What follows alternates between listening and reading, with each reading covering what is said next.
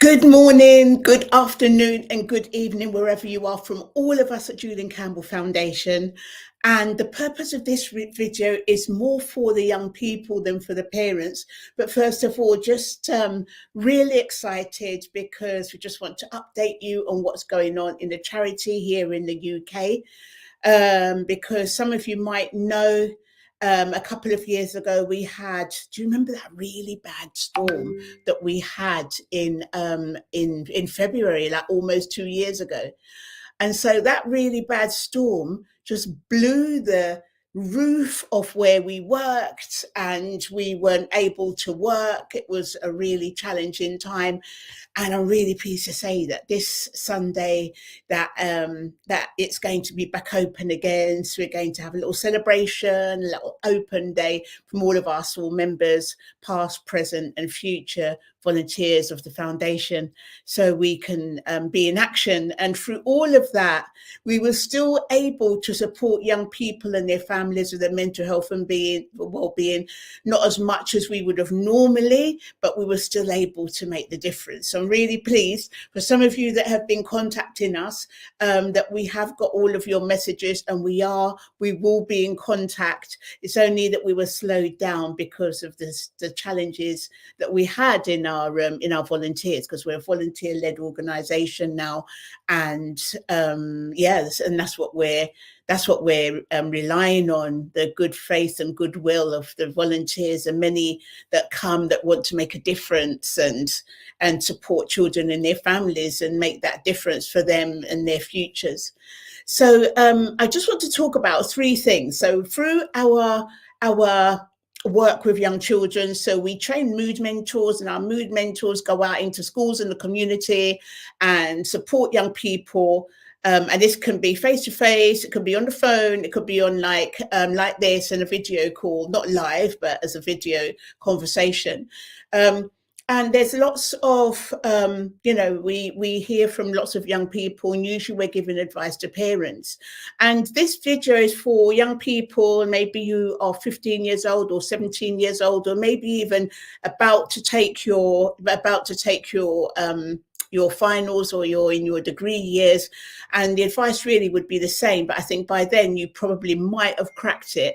So I can imagine that now that you've just taken your mocks, you've got your exam results there, and you're looking at where you want to go, and you're looking at where you are, and maybe you're really pleased and you've achieved the level that you want to achieve, or maybe you're shocked. I don't know about you, but when I did mine in my day, there were O levels and CSEs.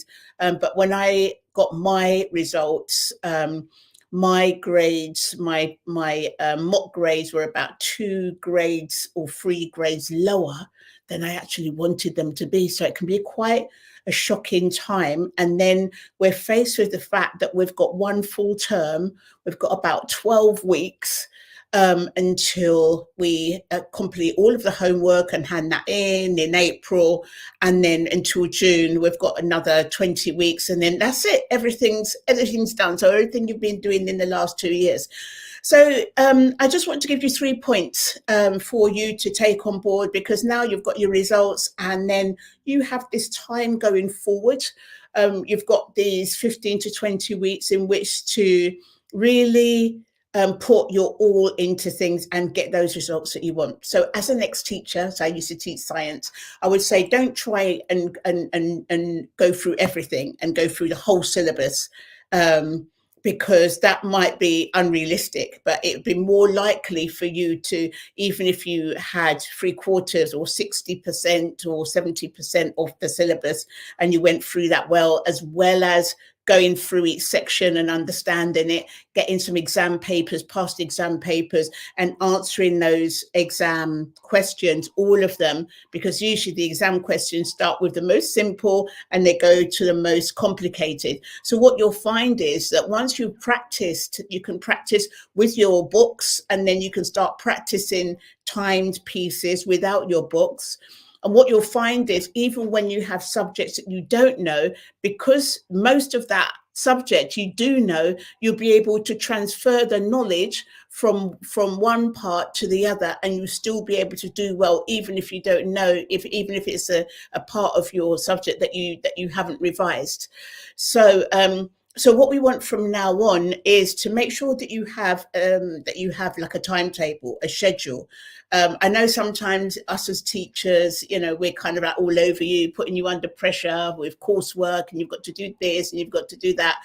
But we really, when you're talking about a schedule, something balanced, making sure that you're doing something that's totally away from the work. You don't want to be in your computer and staying up all night. What you want to do is something that you really enjoy. So be it a sport, or playing music, an instrument, or dancing to music, or some kind of art. Make sure you've got a practical subject there, something that you enjoy, and you're scheduling that into your weekly timetable, and you're doing that as well, because that's going to really help with the balance. And then while you're away from the books and you're in your chosen pursuit, you're relaxing and you're enjoying yourself. You've got all those feel good chemicals, makes it easier to learn, and also your brain is busy working behind the scenes with the knowledge that you are taking in, that you're learning from before. So it's really great to take the pauses.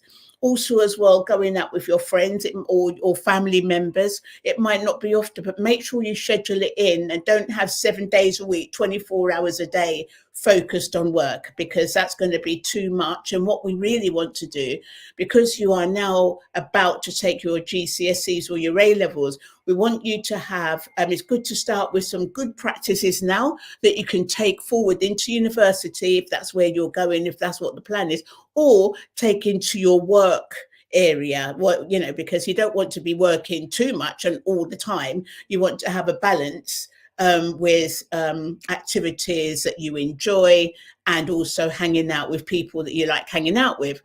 So that's one thing. So the first thing is really making sure you've got that schedule there, and that you follow that schedule, and that you've got that art or artistic subject or something that you enjoy as downtime to balance the load. Also, as well, have you got somebody that you're speaking with? When I was a teacher, I used to do mentoring. It's more like academic mentoring, where we would have a teacher that would go to speak with them about anything impacting our results and things like that. Us as Julian Campbell Foundation, our mentors are mood mentors, and we help with, it's more about emotional intelligence, finding ways to manage your mental health and well-being, making sure that if you find that you think that you're going to get in a bit stressed, that you can manage that and be in action, or if you feel that you're being a bit down, that you can manage that and put things in place. It will change your mood altogether. So is there somebody that you have at school, like a mentor, or somebody that you can talk to, somebody that you can really open up to? Because really, a problem saved halved is a problem shared. Problem shared is a problem halved. So whoever it is that you're talking to, be it a family member or somebody at school, because what we find is, or what we've noticed is, that in high stressful events, which the exams that you're coming up to can be considered as very, very stressful. You don't want to be holding on to things as well as preparing for your exams. It's really good to just let that go. Speak with somebody that you trust. Otherwise, it kind of like builds up like a pressure cooker situation, and then before you know it, it's you're reacting to things rather than dealing with things powerfully. So the first thing was making sure that you have a schedule, making sure that you've got your downtime, that you've got artistic subjects there that you enjoy, to balance all of the work. The second thing is making sure that you have somebody to talk to, and somebody that you feel safe with, to explore, to really listen.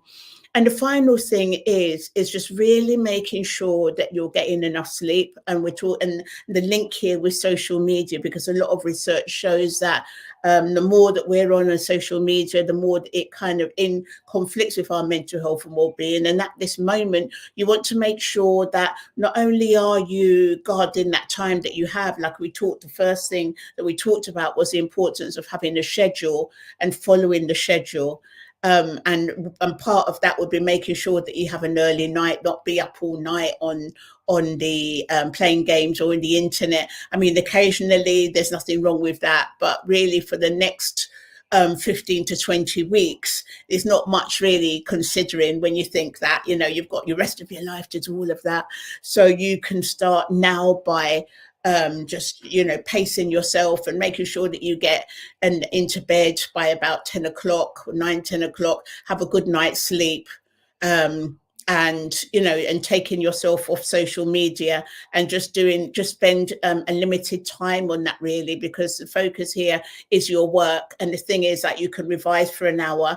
Great ways of revising would be revising with your friends, and maybe each of you can take a chunk of the information and then you can explain it to each other. Explaining concepts and ideas to each other is a really great way to show that you understand it, because when I started teaching, I actually started understanding everything. Whereas before, when I was a student, I would just learn the things that I found easy and I enjoyed. So it's a really good way of doing that. So today we're speaking with you, like young people. That's any age between 13 and 10 years above, that are faced with exams, looking at how you can really deal with it powerfully and bring leadership in there, making sure that you've got your schedule as well as your revision times, making sure you've got your down times, making sure that, you know, that you're taking enough exercise as well. That isn't just about sitting down and working, making sure that you've got somebody to speak with, and really limit and making sure that you manage the social media, that you're not on there 24/7, because there's enough time to do all of that. You can schedule it in, and you've got the rest of your life to do all of that. So thank you for watching this video, and why don't you take it on, because there's many teachers in school that will be really happy to help. You can show them your revision timetable, your schedule for the next 15 to 20 weeks, and ask if there's anything that they could suggest that could improve it. Because I don't know about you, when I was your age, I was being totally unrealistic, and I was spending 4 days on revision for one subject because I was so lastminute.com. And what I've noticed as a teacher is little and often. So you're better off doing, you know, a couple of hours well placed a week in each of the subjects, with exam questions, with a mixture of activities, making sure that you're having rest and relaxation, that you're taking plenty of exercise as well, drinking lots of water, having good friends that you can revise together, and that's it. So if there's anything that you want to add, if there's any questions you have, or any topics around youth mental health and wellbeing that you want us to speak about, please do message me and we'll do that. So have a wonderful weekend. I know that you started back at school now, so it's all fun now, and this is the last full term for some of you that are taking your exams. So this is and it's not too late for you to really deal powerfully, get things under control, and get, you know, and achieve 3 levels or 3 grades above what you got in your mock. So keep on going, and please contact us if you have any questions, and wishing you all a really great weekend. Bye.